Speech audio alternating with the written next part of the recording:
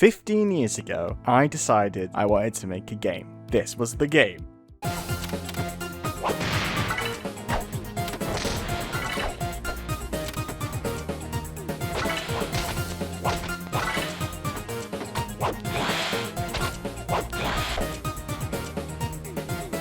It was crap.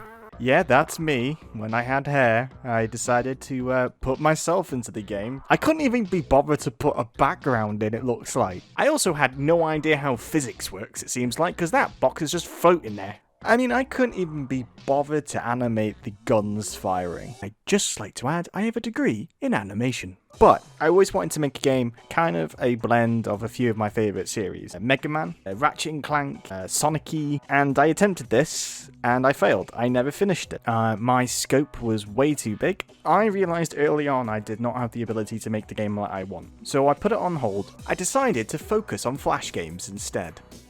10 years ago, I attempted again.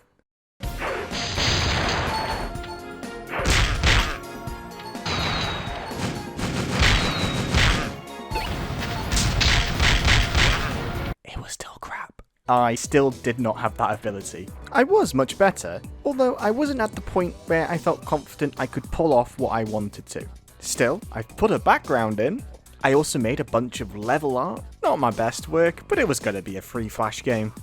The box is also full, although with janky physics, but they full, although it still seems like I couldn't be bothered to animate gun firing. After about a month of trying, I shelved it. I knew I wasn't going to pull this off, and I focused my efforts elsewhere. I honed in on my craft, and now, 15 years later, I'm back at it again.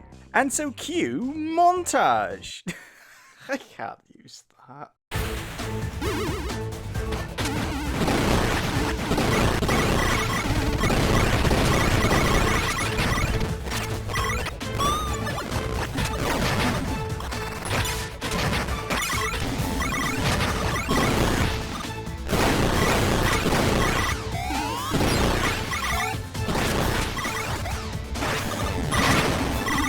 Whoa, hold up. Let's step back 2 weeks, when I restarted the project. That's right, all good game starts with an action plan. You really need an action plan. What is my game going to include? What genre? Well, I'm going to make a run and gun platformer because I really enjoy making these. 12 levels, each with its own stage gimmick and boss, 10 weapons, and each weapon will have an upgraded version, 8 upgrades for the player, 24 unique enemies, a custom soundtrack, and some hand-drawn static cutscenes. My development time, I'm going to give myself no longer than 6 months. The game length, 3 to 5 hours. Hopefully going to sell this game between $5 to $8. Now, this is all self-imposed. Really, I can spend as long as I want on this game. If I have this action plan, it helps me keep focus. It stops me adding extra bloat to the game, and hopefully I can deliver a decent, well-rounded experience for the player. And with that, let's get on to week 1 of development. The base engine. As any good story, it begins with a blue block. A blue block that wishes it can move. It also wishes it can jump. Oh, hey, whoa, that's a bit too high. No. Yeah, that's better. It also wishes it had a face, and some legs, and some arms. It wants a sprite. So I created a sprite. No, we're not using that again. I've grown up. That's better. This little character is lonely though, so let's give it a little pal. There we go, a little flying drone. And that is the origin of how my games start. Alright, enough with the silliness. The first thing I do is I make a base engine with everything that I need for my game. It doesn't have to be fancy. You'll be surprised on how much you actually need for a simple 2D run and gun side-scrolling platformer. For example, you need a moveset, walking, jumping, double jump, dashing, wall jump, jetpack, hacking minigame, a camera, gun firing, different weapons, weapon selection, ammo management, ammo pickups, health pickups, bonus crates, enemies, damaging enemies, destroying enemies, special effects sprites like explosions and particle effects, getting damage, death, checkpoints, an intro and outro, cutscenes, animations, controller support, HUDs, an experience system, a save system, currency system, a pause menu, audio controllers, customized control support. There's a lot of things. The best thing I can advise is write a list on a Word doc or on a piece of paper, exactly everything that you need for your game. Don't worry if you forget something, because as you go along and work on your game engine, you might come across things that you need. And every time you complete something, put a line through it. So, some of my game design choices. I've decided that you can only aim left and right, a la Mega Man. And some of the reasons for this is, one, that it actually cuts down development time because I don't have to program in any aiming. I also don't have to make art assets for different aiming directions. And also I can make kind of more unique weapons. A great thing about Mega Man is because you can only aim left and right, some of the weapons are very unique, like the air shooter, bubble lead. Weapons like magnet missile become really, really useful because they can aim for enemies above and below you. So that's my thought process on that. I've also thought, instead of unlocking weapons by beating bosses or levels, you actually buy weapons from vendors. So once you've beaten so many levels, more weapons will become unlocked. I have a varied amount of different weapon types. You have your bog standard blaster that is weak but has unlimited ammo, so you can always kill enemies. A machine gun that's rapid fire, also weak but is good for crowd control. Very powerful but short ranged weapon. And some kind of weird, unique ones like this magma glooper that just shoots loads of balls of magma that bounce around. This beam laser that just fires a straight beam through anything. Also, I've put like an experience system with the weapons, so the more enemies you kill, experience your weapon gets, and once you've hit a certain amount of experience, your gun will level up into a more powerful version. This also goes for health. I do have more ideas for weapons, but I can save those for sequels or another game. Gaining experience from enemies gives you another reason to destroy them other than collecting currencies. And plus, people will look forward to seeing what the powered up version of the weapon will be like. So currency in this game is in the form of gems, and it just gives another extra layer that the player can do. You know, you use them to buy new weapons, ammo refills, health refills, extra new upgrades for your character. So I've included the crates and the boxes from the original game, but with this time they've actually got physics, they fall correctly. Also, the game will remember if they have been destroyed, so that way you can't come back and reload the level and the boxes reappear and you can just cheese it and farm all these gems really easily. So another thing that I've added is a hacking minigame. So you go up to this terminal, you press up, and you'll be greeted to this lovely ye old styled screen where you have to dodge mines. Dodge all the mines successfully, and then it will set a flag on.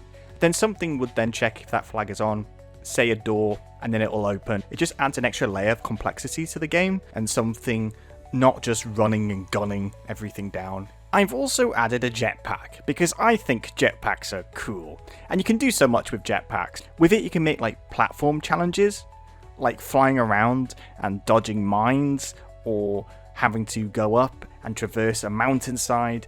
It's really cool, and it's really easy to implement a jetpack. How I do jetpacks is very simple. When you hold down the jump button, it sets your jump value to a constant negative number, so you're always going up a value, and if you let go, gravity and the code kicks back in and you start falling. To talk about the moveset, I've added a double jump, because I feel like every 2D platformer needs a double jump. I think it's an unwritten rule. I think the great thing about including a double jump is that if you mess up a jump, you've got some way to quickly correct yourself. I've also added a dash, because I like momentum in games, and adding a dash just adds a little extra speed. And plus you can dash through enemy projectiles and it won't harm you, but you have the risk of dashing into something else that is deadly, so it's a high risk, high reward kind of thing. And plus I've included wall jumping, and certain walls you'll be able to wall jump up and up, and it just gives the player something extra that they're able to do. And with that, that's the first week's development of this game. Now, I just want to say, because of the beginning part of the video, it's okay to fail, and it's okay to stop making a game if you don't feel like you have the ability, because you still learn a lot from failed attempts, and you also learn a lot from successful attempts. Looking back 15 years ago, I knew that I had to scale back on the projects that I wanted to make. At that time, by trying to make a game like that, I knew I just didn't have the ability to pull it off. So I scaled back my projects, I made them smaller, I released a lot of Flash games, but I learnt from that failure, and then from that I had many successful games. It's okay to stop working on the game if you feel like you can't make it, and go back to it at a later date when you have some more skill and ability behind you. The thing that I want to get across with indie game development is to have fun. It's just to make games. And sometimes you won't finish projects, and sometimes you'll make projects that you are proud of, and then 10 years later you will think is absolute trash. But the great thing is that every single step or every single game that you fail or succeed in making is a journey, and you learn from each game. I've learned so much in 15 years from when I attempted to make that game till now, from many successes and many failures. So my message is just to keep going, and one day you'll make the game that you've always wanted to make. I hope past me is now proud that I am finally getting around to making the game that I wanted to make 15 years ago. And also, if you're wondering, does this game have a name? It doesn't. I have a few ideas in my head floating around what I could call it, but I haven't settled on one. So join back for the next dev diary, where I will be talking about level design, enemy design, and little tricks and tips to add a little bit of polish and little pizzazz to your game, like HUD animations, particle effects. But anyway, I hope you've enjoyed this video, just showcasing my thought processes and how I kind of go about making these games. Most people end videos with like, comment, subscribe, and I am not doing that. You don't have to like it, you don't have to comment, and you don't have to subscribe, but I really hope you've enjoyed the video and you've learned something from it, and that's all I want. So take care, and see you in the next video. I'm actually waving in real life like a complete moron.